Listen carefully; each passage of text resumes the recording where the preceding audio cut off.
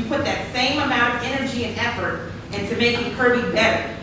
Can you imagine putting that same amount of energy and effort and being positive and making Kirby thrive? Because guess what? There's so much work to be done. You're going backwards and not forward. I also find it unsettling that it already has a draft for signature. So this wasn't meant to be discussed. I'm also 99.9% sure 4 of you up here have already spoken directly about this, so that is a big no-no, and that is another problem that needs to be addressed. You all are toting a fine line here. Where does it stop? How about we address the inappropriate conduct and past a member sitting up here? Because I witnessed some foul and unprofessional behavior. Do you want to discuss misconduct, bad behavior, unprofessionalism, former charges, sexist and racist remarks on individuals sitting up here? Or by this new proposed ordinance, everyone sitting up here is grandfathered in? So I guess misconduct gets passed from everybody up here. Again, I would say the citizens of Kirby are the ones who should decide who is elected into office. I'm against taking citizens' rights away. I'm against taking their privilege to vote for who they want away because of your personal vendetta. I've said from day one, I call it like I see it and to be honest. And to be crystal clear, I didn't even vote for the person this was created to target. But I am against this new proposed ordinance because the registered voter should decide who is elected. I don't care if you have been sitting up here for 20 years, 10 years, or 5 days. I don't care if you lived here for 20 years or just moved here yesterday or was even born here. Let's make that clear. I don't care if you're a cop, a business owner, a teacher, or in the military. Let me give you a quick tip to remember. Guess what? You don't know everything. You do not know everything. Leaders. True leaders still grow. True leaders still learn. True leaders still want to grow. True leaders realize it is about the people. Improving quality of life. Stop focusing and putting all your energy into the next election. You need to focus on what is going on in the city right now. How about focusing on something productive for the community? And I mean everyone in the community, not the ones that voted for you and the people who did not vote. Because guess what? That's what you're supposed to do. Attempt to make a change to be better for the community. I'm tired of this foolishness. And stop threatening people.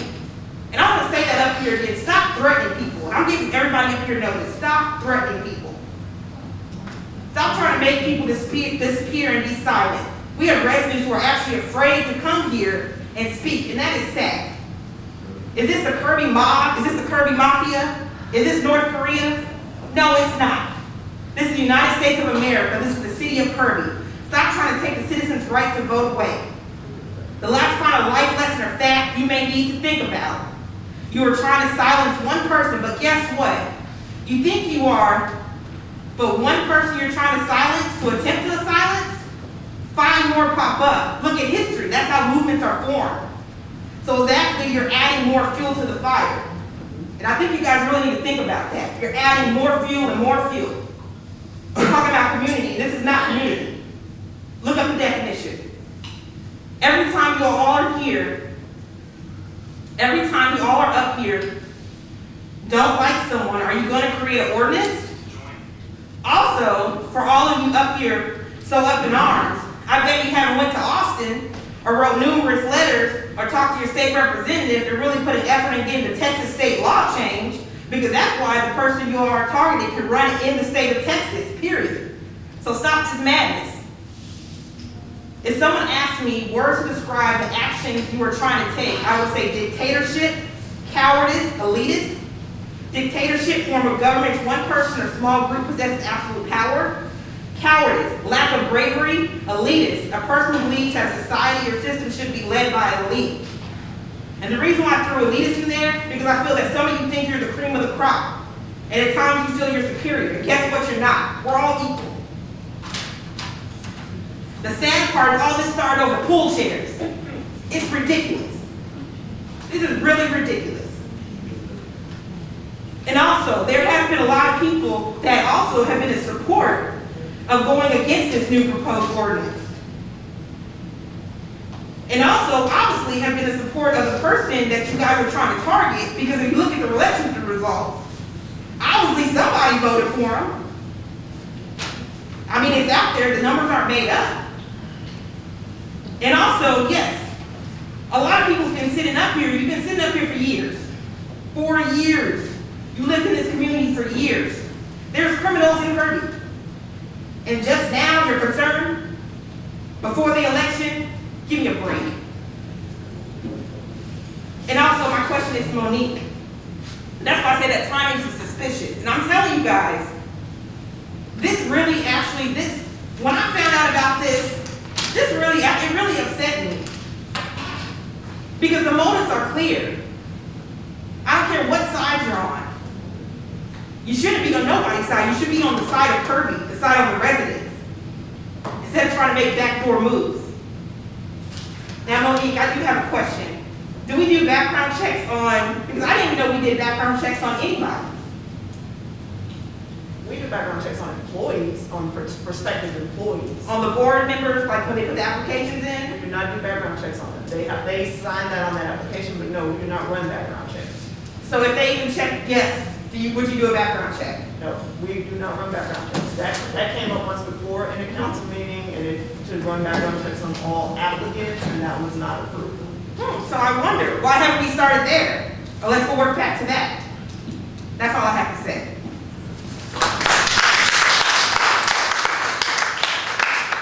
Does anybody else wish to speak? Councilmember Salazar.